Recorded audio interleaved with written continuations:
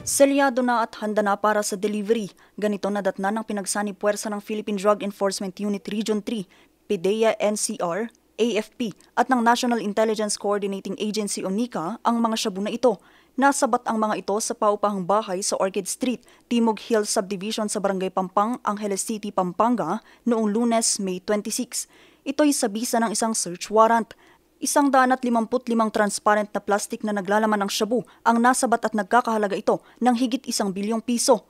Pinaghahanap na ng mga otoridad ang isang Chinese national na nangungupahan sa nasabing bahay at mahaharap ito sa reklamong paglabag sa Republic Act 9165 o Dangerous Drugs Act of 2002. Sa probinsya naman ng Isabela, 2 drug den ang sinalakay sa pinagsanib puwersa ng Isabela PPO at ng PDEA Cagayan Valley. Unang sinalakay ang drug den sa Barangay San Gabriel sa Tuguegarao City kung saan isang bypass operation ang ikinasa mag-alas 4 ng hapon noong Linggo, May 25.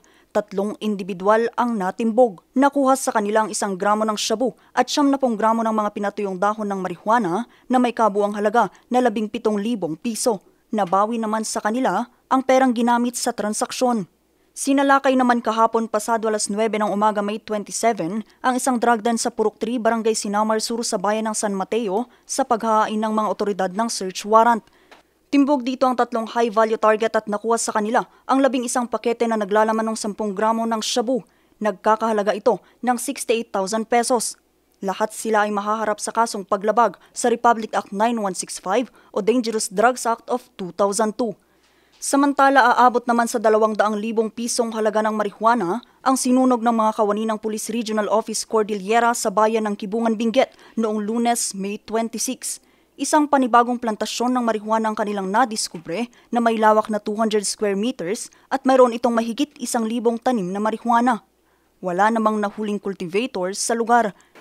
Usually kasi sa eradications namin, malayo pa lang nakikita nila kung maalis na yung mga cultivators. Hindi naman pwede na alam mo nga cultivators, ano naman sa barangay, ihuhulihin mo agad doon.